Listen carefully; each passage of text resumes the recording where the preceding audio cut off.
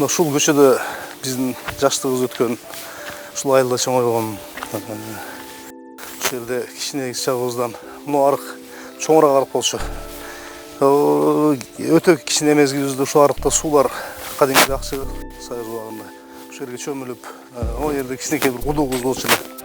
Ошого түшүп, бир аз чоңойгондон кийин ылдыйда канал өткөн чоң.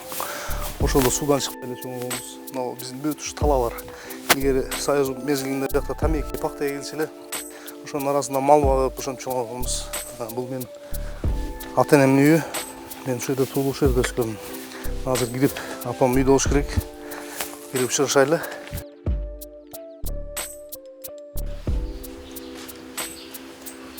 Башаймы?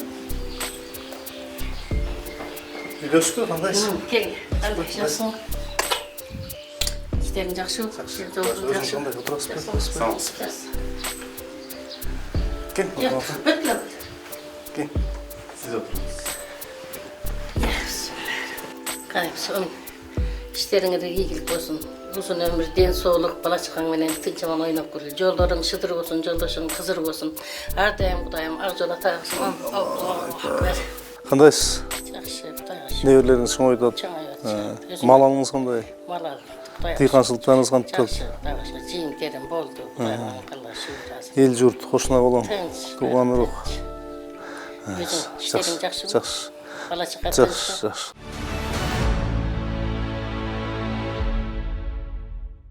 Esingizde belek algan gününüz? Ооба. Дайым эле белек берет, туулган күндөрүндө берет. Ар дайым эле белекти ушул алып берет, Кудайга калла шүгүр. Белек кылып, бизде ажыга жөнөт, атасы экөөбүз ажыга барып келдик 12-жылы. Эми ар бир бала апа өзүнүн мүнөзү менен, кыял жоругу менен айырмаланат да туурабы? Ар кимдин өзүнчө мүнөзү бар, ар кимдин өзүнүн баягындай мындай башкача бир жактары бар да. Эми бул оң дегенде, анан Эсенбек жөнүндө биз сөз кылатабыз. Агабызды мындай өзгөчө мындай баса белгилеп айтчу мүнөзү жөнүндө айтып берсеңиз. эми баса белгилеп айтып берсем, бул өзү шок болгон, бирок ак көңүл эле. Бир нерсени кыл десең, кылбайм деп туруп, кайра кылат эле. Эч кылбай койбойт эле. Ошол башта биринчи убакта кылбайм деп, жок мен аткарбайманыңыз дейт эле, бирок кылат эле. Шоктугу шок эле, аябай шок эле. Бизде апам айтып кетпеди. Бизде мээнет менен чоңойдук. Мээнет менен чоңойдук, что атам ушу колхоздо биринчи шопур болуш дейт эле. Анан кийин ушу биздин өзүнүн бригадир болуп калды. 82-жылдары болуш керек апа. 82-жылдары бригадир болуп, анан апам ушу бригадада повар болуш дейт эле. Повар болуп, анан ушу биздин күндөр талаадан чыкпайт элек. Биз мисалы үчүн ушу мектептен келгенде талаага барчу элек. Пакта болсо пактага жардам, тамеки болсо тамекиге жардам. Бул эми Союз мезгилинде дагы бир адамды жакшы нукка багыттап бурган тарбиялардын бири ушул экен да. Баягы мектеп окуучуну иштетпеш керек, иштетпеген, мээнетти түшүнбөгөн бала башкача чоңойт да. Биз мына мээнет кылып эрте менен мектепке барабыз. Мектептен келип малга барабыз. Малды жайлап коюп, келип тамекини ташып, тамеки тизип, ошону чоңойгонбуз. Мисалы үчүн ден соолугубуз деле таза. Тарбиябыз деле, мисалы үчүн Союз бузулганга чейинки жаштарды карасаң, мындай башкача тарбияда да. Бунун баарынын себеби ушу менин оюмча мээнет эле болуш керек. Азыр эми бүт эле заман өнүккөн мезгил, бир аз жаштар мээнеттен качып атат азыр. Эми талаага барсаң, азыр талаада эч ким деле жок азыр. Талаага барсаңчы. Канча талаалар жөн эле беде эгилип, беде себилип, же будай себилип, же жүгөрү себилип, ошентип калып кетти талааларчы.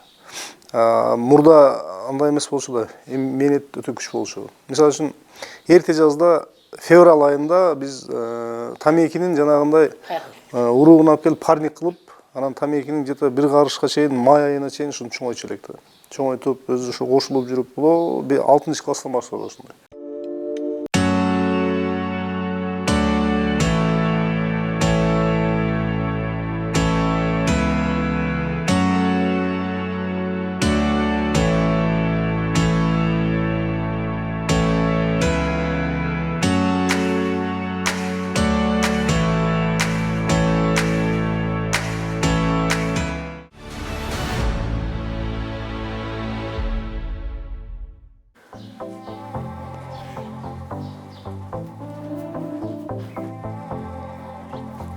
Атты окуганды сизге ким үйрөттү эле?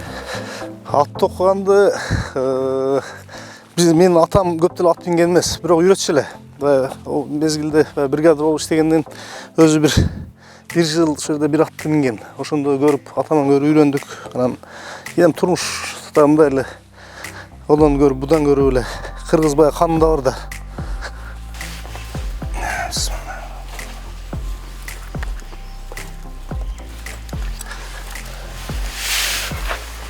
Кыргыздын кайсы баласы болсо да ат көрбөгөн баласына деле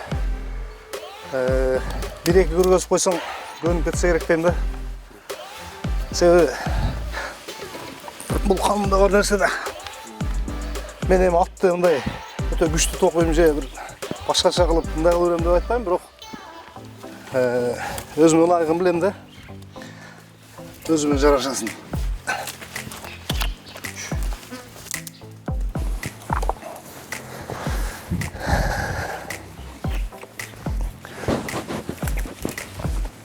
Жаш мезгилибизде ушул мына көрүнүп турган талаада иштеп, мал багып чоңойгонбуз.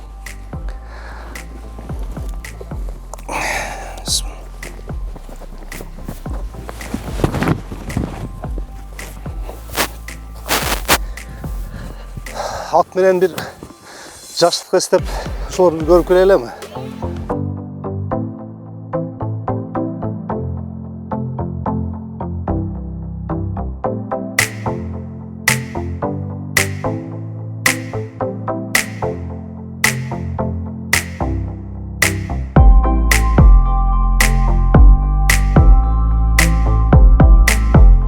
Биз басып жүргөн талалар бүт эле пакта, тамеки талалар болчу. Ушул жерде иштеп, мээнет кылып, мунун ылдый жагында канал бар. Ол көрүнүп турат. Ошо каналды бойлоп мал бакчу элек. Мал багып жаштыгыбыз бүт эле ошол жерде өткөн. Ошо эртең менен чыгып, малды байлап коюп сууга түшчү элек. Суудан малды обедке келгенде байлап коюп дагы сууга түшчү элек. Кайра түштөн кийин апарып дагы сууга түшчү элек. Ошентип балалык кез жакшы күндөр өткөн.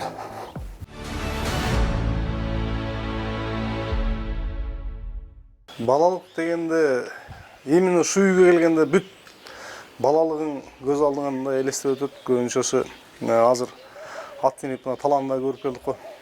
Талаада ошо мал баккан күндөр, жана иштеген, талаада иштегендерибиз, сууга түшкөндөрүбүз, бул баардыгы көчөдө турганда элестетет. Үйгө киргенде биз кичинекей мезгилибизде могу жерде бир очок болчу эле. Жана эски очоктор барго, жана ылайдан эле камыштан жасап, мындай кылып, анан үстүнө бир казан болчу эле, анан бул жанында тандыр болчу эле.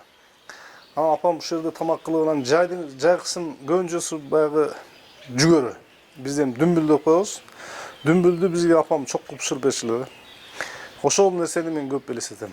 Анан ошондо очоктун четинде ошо алтыбыз тегеренип отуруп алып, апам кылып аткан тамагына баягы бизге ошондой дүмбүл бышырып берип аткан күндөрү элестетет ушул жерге келгенде көбүнчөсү.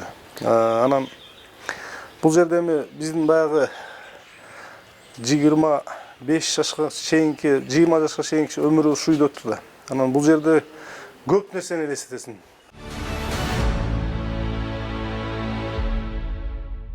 Кайсы жылдары бүттүңүз? Мен 91-жылы бүттүм бул мектепте. Акылбек кандайсыз? Жакшы, жакшы. Мен бул мектепти 91-жылы бүтүргөм. Садык Маматов атындагы орто мектеп. Мурда биз окуганда Союз учурунда Жданов атындагы 46-чы орто мектеп эле. 91-жылы бүтүргөм ушул мектепти. Бул мектептин имараты 86-жылдары ишке берилген. 85-86 жылдары. Ошо Союз таркаштын алдында бүткөн мектептердин бири. Мектепке жардам кылып турсаңыз керек. Мектепке эми кээде ооба колдон келишип жардам берип турабыз. Бул мектептин кытайларында элибизге көйгөй болгон ушул айылдан, ушул мектептен чыккан белгилүү турбайбы? Болду. Бизде окуткан мугалимдер көпчүлүгү азыр көзү өтүп кеткен мугалимдер өтө күчтүү мугалимдер болчу. Ушул мугалимдердин тарбиясын алганбыз бүт. Бул жерден сен жана айтып атпайсың, тактайчыда сиздин да сүрөтүңүз, менин да сүрөтүм бар экен, мен бир келип көрдүм эле өзүм. Мен билген да эмесмин, менин сүрөтүм ушул жерде илинип турган. Буга чейин бир жумуштар менен келип көрүп калдым эле. Менин да сүрөтүм бар экен, көрүп сыймыктандым өзүм да. Өзүм айылымда бир мындай жакшы ийгиликке жеткеним белгиси да бул да. Мектепте окуп жүргөндө ким болот эчилебиз? Мектепте окуп жүргөндө мен инженер кесибин көп жактырчу элем. Бирок баягы турмуш тагдыр ушундай экен, ал кесипке албай калгам. 11-класс бүткөндөн кийин эле 11-класс бүткөндөн кийин Жалал Абад шаарындагы медицина окуу жайдын тиш врачы деген, зубной врач деген, ошо 91-жылы биринчи абитуриенттер биз болгонбуз ошол окуу жайга. Биз 91-жылы тапшырып, 94-жылы бүтүрдүк окууну. 94-жылы бүтүрүп келип, Кара Суу өзүнүн райондун больницасында стоматолог болуп иштеп калдым. Мен 99-жылдан баштап ошо апама жардам берип, апамы кийин базарга чыгарбай койдум. Мен өзүм эле ошо апамдын колундагы жумуштарды өзүм алып кеттим. Ошондон кийин Бишкектен товар алып келип, андан кийин Кытай Эл Республикасынан товар ташыдык көп жылдар.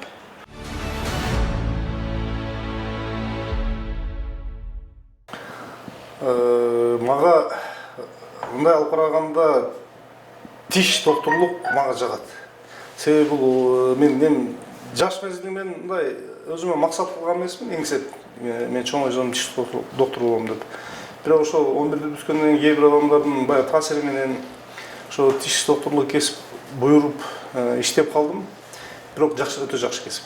Анан мындай айтканда благодарный, алкыштуу кесип. Анан адам эми ооруп келсе дарыласаң, конечно. Анан бирок мугалимдик кесип дагы өтө жакшы кесип. Буга деле мен мындай алыспын деп айтпайм да. Себеби келечек муунду көп жакшылыкка үйрөтөсүң. Кээде туруп иштеп кеткиң келет. Тиш доктор болуп деле, мугалим болуп делечи. Бирок эми жашоошорго карайт келсең, мүмкүнчүлүккө карайт келсең, баарын бирдей алып кетиш мүмкүн эмес да. Максатка жетиш үчүн сөзсүз мээнет керек. Сөзсүз күнү түнү аракет кылсаң, мээнет кылсаң, анан гана болот да. Баягы ийгиликке жетишти менин жеке түшүнүгүмдө мындай да, ийгиликке адам отурган жеринен жетпейт эч качан. Жан үйрө иштеш керек. Күндүр түндүр мен ушунча ийгиликке жетемине Кудайга шүгүр. Үй бүлөм бар, өзүмө ылайык оокатым бар. Бирок ушунун баары жетиш үчүн канча уйкусуз түндөр, канча азаптуу күндөр өтөт. Ошонун баарына туруштук берип чыдасаң гана келечекте бир ийгилик сөзсүз күтүп турат да сени. Өзүмдүн балдарыма эрте менен мектепке кетишет балдар. Биз жумуштан саат 6-та барабыз. Көбүнчөсү үйдө келинчегим тарбиялайт. Анан биз эми кээде жумуш жүргөн болуп саат 10-да деле барып калабыз, 12-де деле барып калабыз. Кээде бир жактарга кетип, жумуш шарт менен командировкага кетип калабыз. Балдарга колдон келишинче көбүрөөк убакыт бөлгөнгө аракет кылабыз. Эми билбейм канчалык көңүл буруп атканын азыр мен өзүм так айта албайм да. Бирок аракет кылып атабыз. Аракет кылып баягы айрыкча кыз баланы эне тарбиялайт экен. Уул баланы ата тарбиялайт. Мисалы үчүн бир определенный бир убакытта уулуңа көңүл буруп алсаң, уулуңдун пейили өзгөрүп баштайт да, характери өзгөрүп баштайт. Анан апасы арызданып калат. Балаң менен бир сүйлөшүп койчу. Сүйлөшсөң, чындыгында бир мындай бала бырылып калган болот да. Сүйлөшүп түшүндүрсөң, бала деле түшүнөт көп нерсени. Келинчегим кайрымдуулук жасаганга мага көмөк көрсөтөт десем адашпайм да. Себеби келинчегим деле мындай инсан катары жакшы тарбия көргөн жердин кызы да. Анан ушул күнгө чейин 20 жыл, 25 жыл кошо өмүр сүрдүк. Бир жолу бир сен бирөөгө карыз берип койдуң, бирөөгө жардам берип койдуң деген сөз болгон эмес да үйдө. Анан Жана айтып атпаймынбы, ошо балдардын кийимине базарга өзү барып, ошо 25 бала болсо 25 балага тең өзү кошулуп жүрүп кийим кылышып алып келип берип кетет. Мындай каршылыгы жок да. Биздин пайгамбарыбыз Мухаммед саллаллаху алейхи айткан, оң колуң бергенди садаканы, сол колуң берсин. Анан карыз жөнүндө дагы мындай да, карыз сурагандар көп болот да. Мен буга чейин бир өзүм bir эки кишилерге жаш мезгилинде карыз берип кайтарып койгондо бир Дунган менин бир досум бар. Ошого барып айтып калдым да, ушинтип бир экөө карыз берип, мындай негеде бергиси келбейт десем, ошол айтып калды эле. Досум, Кудайдын кудурети ушунчалык күчтүү. Бир заматта сени ошонун ордуна коюп, аны сенин ордуна коюп коюшу мүмкүн. Ошон үчүн эч качан адам жөнүндө карыз берсең, онтип капаланбай да койсоң болот деп. Анан карыз жөнүндө дагы бир биздин пайгамбарыбыз айткан хадистеринен бири мындай экен да, карыз бергенге 10 сооп, садака бергенге 1 сооп дейт. Анан сахабалар сурайт экен, эмне себептен мындай? Карыз берсең кайра кайтарып берет. Садака берсең бир жолу бересиң.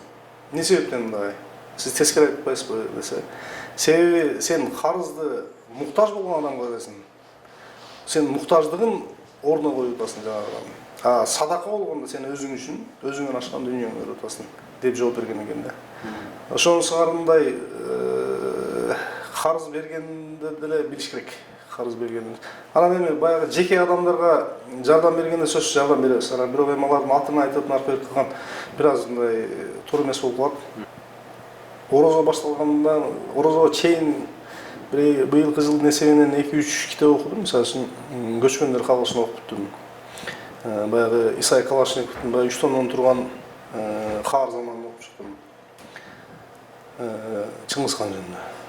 Анан азыр эми китеп окуганды каалайсың, бирок китеп окуганга бир убактыбыз жакшы болот. Азыр эми сезон болгонуна байланыштуу күн жумуш, анан баягы депутаттык жумуш дагы бар. Ошон менен бир аз убакыттар болду. Эгер бош убактым болуп калса, мен досторум менен тоого чыкканды өтө жакшы көрөм. Тоого барып, бир таза абада отуруп, ошол баарлашып сүйлөшүп отуруп, кечке кайтсаң ошол бир адамды мээңин сергитип, жакшы акыбалга алып келип коет. Анча ырдатта каласызбы? Эми досторум менен, тууган урук менен отурганда кээде ырдайбыз.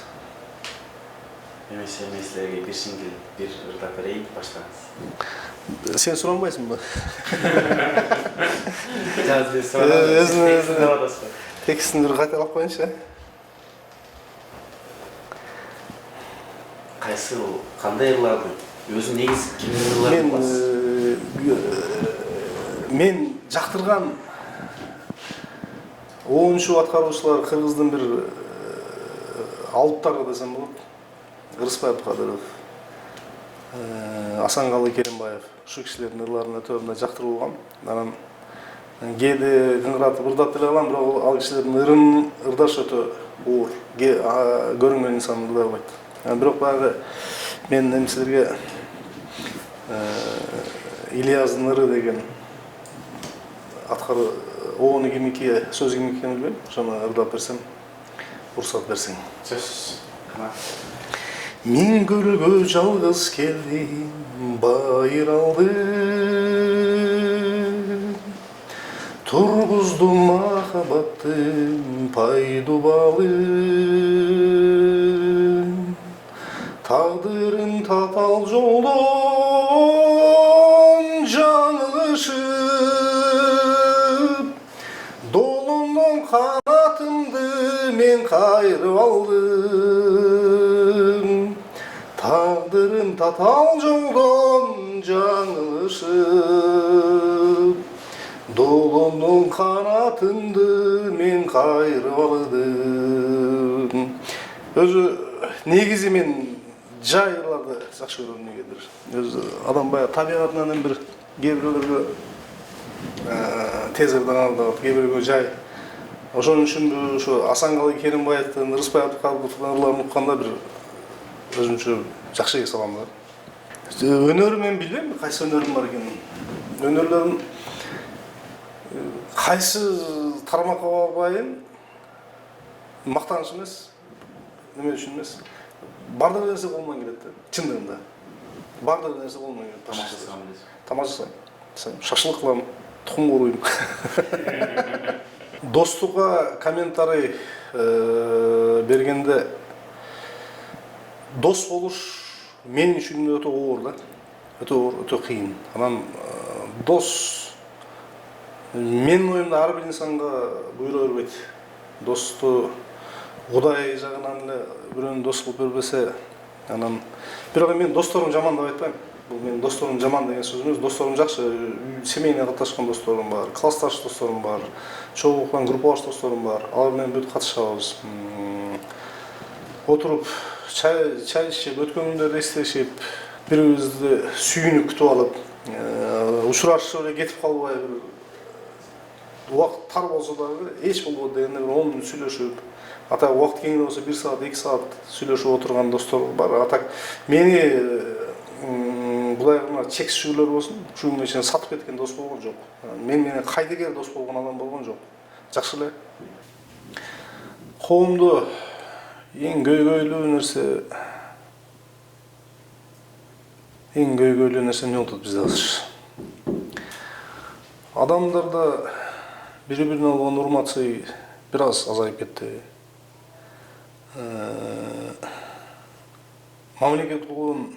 Мамлекетке, элге журтка болгон сүйүү азайып кетти. Жаштарда деле байкалып атпайбы? Мындай караганда коомдо жалган көбөйүп кетти. Бүт жашообуз жалган болуп калды. Бир окуяны көзүң менен көрүп турасың, бирок эртең ошонун чечмелениши же сотко барганда, же болбосо массалык маалымат каражаттарына барганда башкача нукта аласың да. Анан өзүң көргөн көзүңө өзүң ишенбей каласың да. Бул эми жалган биздин жашообуздан бир жакшы жерин орун алып алды.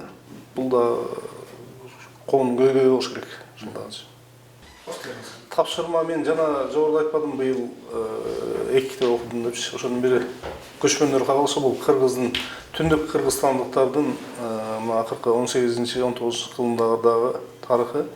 Вот ошол китептин ичиндеги эң башкы каармандардын бири Орман хандын жашоосунун эң акыркы күндөрүндөгү өкүнүчү.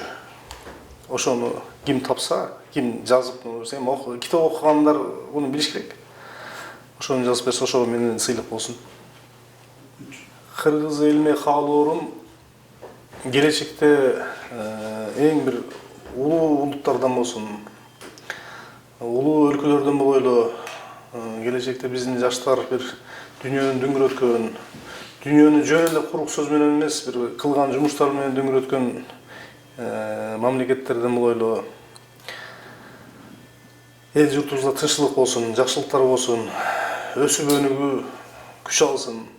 Кыргыз эли азыр 6 миллион ашып калды деп эми 6 миллион эмес 20 миллионго жетели. Биздин элдин уникалдуулук жактары өтө көп.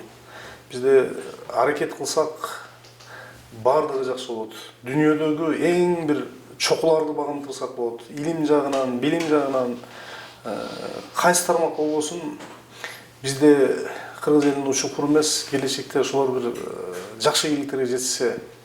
ТМЖ каналына дагы мына терең ыраазычылык, буга чейин да силер элде болуп келаткан көйгөйлөрдү туурасын чагылдырып, туурасын көргөзүп келатсаңар, ыраазычылык. Анан келечекте силердин каналдагы жакшы ийгиликтерге жетишкиле, силердеги коллективиңер мындан да кеңейсин, акыбатыңар мындан да кенен болуп, бир эле Кыргызстан эмес, башка өлкөлөрдө дагы иштеп, жакшы ийгиликтерге жетишкиле, жакшы бир ушул массалык маалымат каражатында болгон баардык бийиктиктердин баарына багындырып, дагы өсө беришиңерге чын жүрөктөн тилектешмин.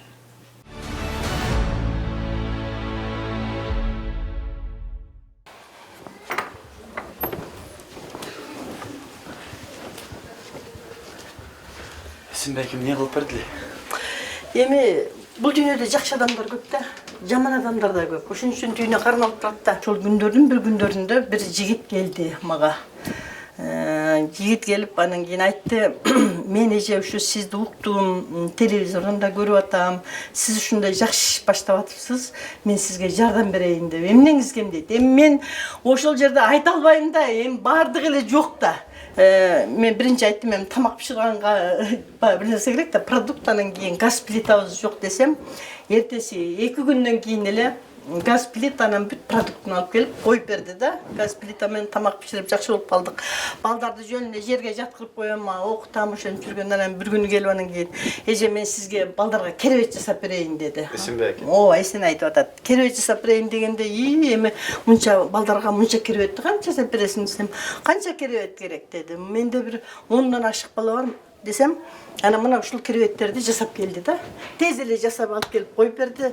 Балдарын жыргап эле баягы керебетте уктап дагы жыргап калдык. Анан бизге тез келе баштады эсен.